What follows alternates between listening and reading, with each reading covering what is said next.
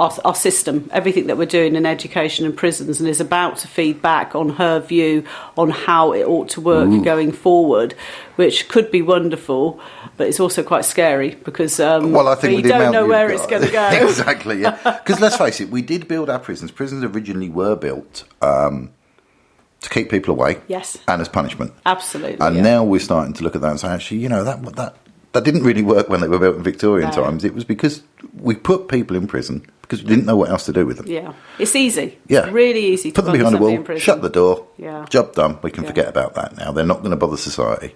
And I think as we're going through now, we're going, hang on a minute, this isn't right. One, it's expensive. Yes. Let's put it this way: locking someone out of society costs. If you look at the costs, I thought I'll check before I came in, because I thought it's a question I'm asked sometimes, and the figures vary between £25,000, £65,000 a year.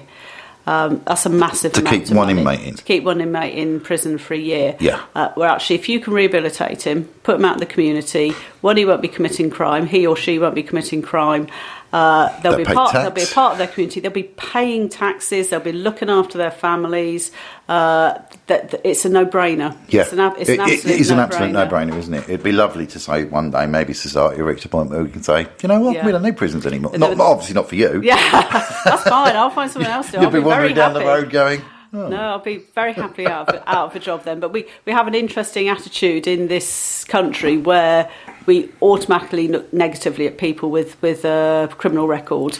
And 1 in 5 adult males have got a criminal record. And yet, so if there are 3 more of you in this room, I'd be wondering which one of you it was. Be you, Terry. There you go. But that is the case. What we always say, we meet with employers, is that's the stat. It absolutely is the stat. There's a fair chance you're already employing somebody. This person I'm bringing to you, I'm telling you they've got the criminal record. I'm telling you what it's for. They're telling you the reasons why they're never going to commit a crime again. They know you know. They're not going to mess up. Yeah. And it's a very strong message. If you're employing 1,000 people in your warehouse and you've got 2 that maybe got a criminal record, or actually it wouldn't, it'd be 100, wouldn't it? It'd be a lot. Yeah, my maths isn't that great. Yeah, you can come on a course if you like, though. Thank you. You do them at the college, do you? Because I need help. But that's the ones that have been caught and been prosecuted. That doesn't mean you haven't got another 10% that are doing criminal activities who haven't been caught.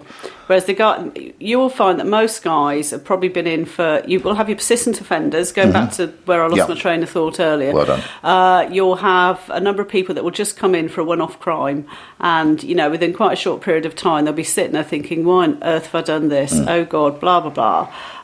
Actually, if you can really help them to find the way out, they're not going to commit a crime again. I mean, here's something slightly controversial. It's transition. I like to be controversial. It's my show. It's my mic, and I've got the faders.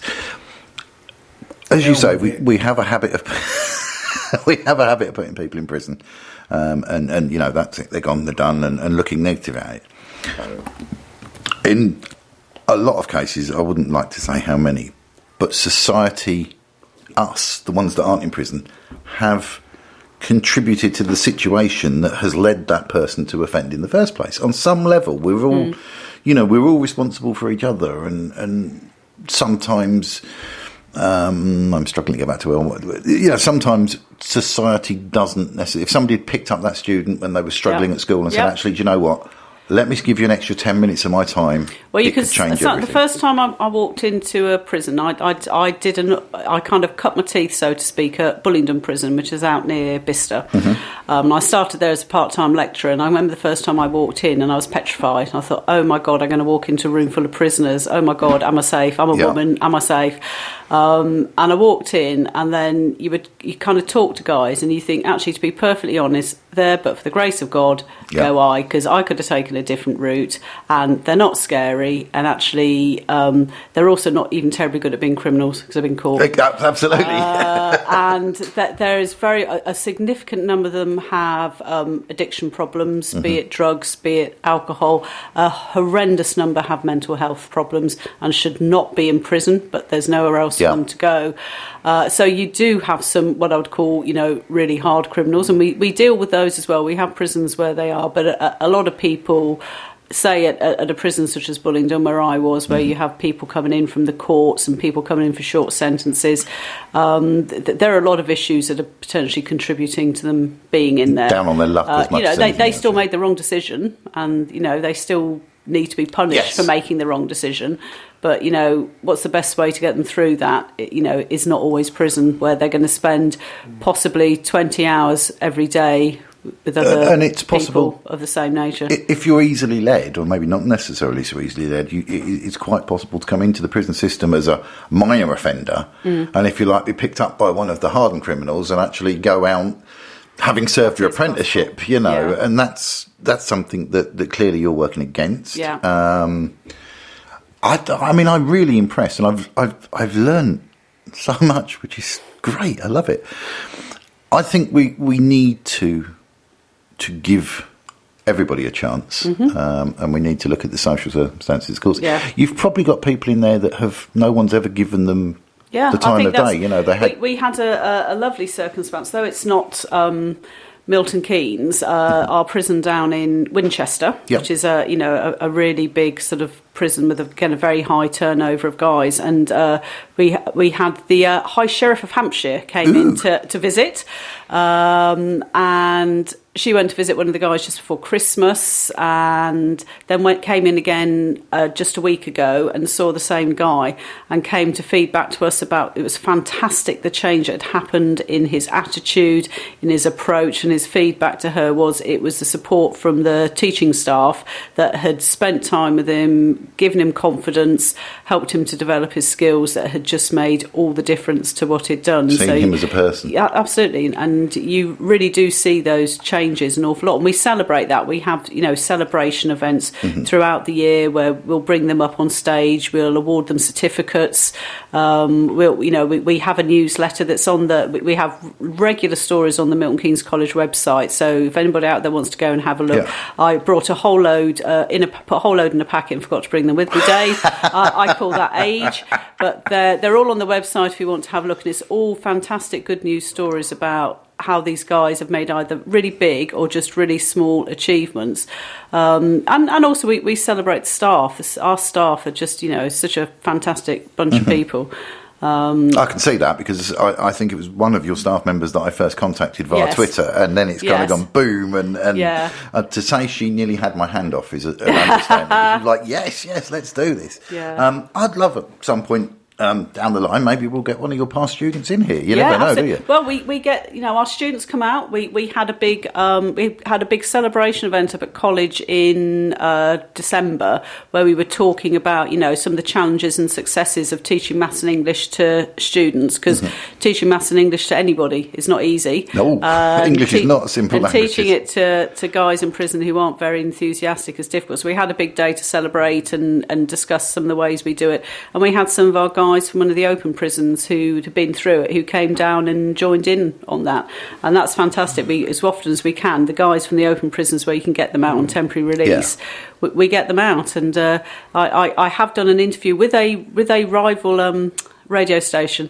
where there are other stations. There are apparently where we've had a guy. He was actually recently released, so he wasn't still a serving prisoner, but he came in and talked about the impact, and some of the guys are really keen to do it because it has had such a big impact on their lives. And of course, you also mentioned to me something else I didn't realise, and the fact that some of the prisons have actual prison radio that is piped through the prison. That's right. Which is fab. It is fantastic. I mean, there's a big base down at Coldingley, which is near to London, which is one of our prisons, and they produce a lot of the programmes down there. But we also have a few radio stations dotted through the other prisons where they'll produce programmes, they'll send them into the main prison radio team, but put them out locally within their prisons. And we put them through qualifications because it's a good skill to have. Very much so. There's potentially a job there, but it's a good transferable skill. What is very interesting, I think, is I invited you on here expecting to hear, I suppose, cold hard facts about education and teaching skills and learning maths. I can give you that if you want. Yeah, but you're so passionate about the rest of it. It's the rest of it that's brilliant. Terry, anything to say? Because we are rapidly running out of time, as I have a habit of doing. I think it's something I never really knew about. Until I went to Oak Hill. Oak Hill. I didn't realise that it was about but it's a wonder. I know how I felt, so obviously what you're doing is quite unbelievable, and I just didn't know it existed within prisons. It is. And I don't a little think hidden people gem. do. No, I don't. I mean, we're one of our challenges actually is recruiting staff to come and work for us. So again, anybody out there who's interested, drop us a line, go on the website, happy to talk to you. But actually, what some of our recruitment, we go around colleges and universities and kind of have a slot on their teacher training programs and say, have you ever thought of working in prisons? And they 100% they'll all say, oh, I never thought of that. What, could I teach in a prison? Yes, you could. And we get them coming and doing their work placements in prisons, and it's fascinating for them. But it is an area of work that people just don't think understand. about. Yeah. But it really is a little mini FE, Milton Keynes College, in every prison. Fantastic. With that in mind, I'm going to have to say thank you so much to my guests. It's been an absolute pleasure, Sally. You're welcome, David. Thanks for coming in, Terry. You're welcome, David. With that, I'm going to do what everybody else in the country is doing today. I'm going to play out a Bowie track, and rightly so, why not? But as always, I am David Stimson. This has been Transition, and you are listening to Seclo Sounds, community radio for Milton Keynes.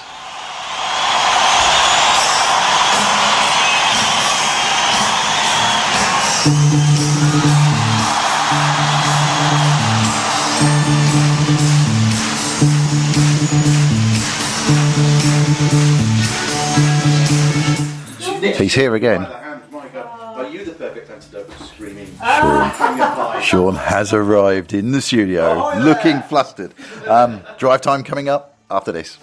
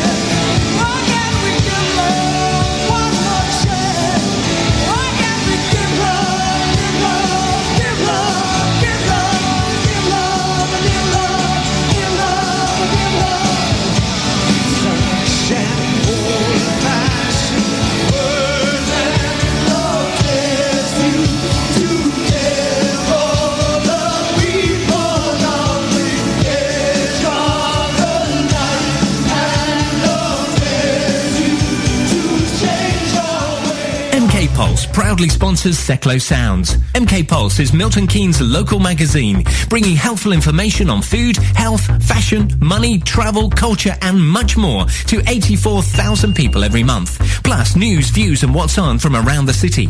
If it's happening in Milton Keynes, it's in MK Pulse and it's available online at www.mkpulse.co.uk.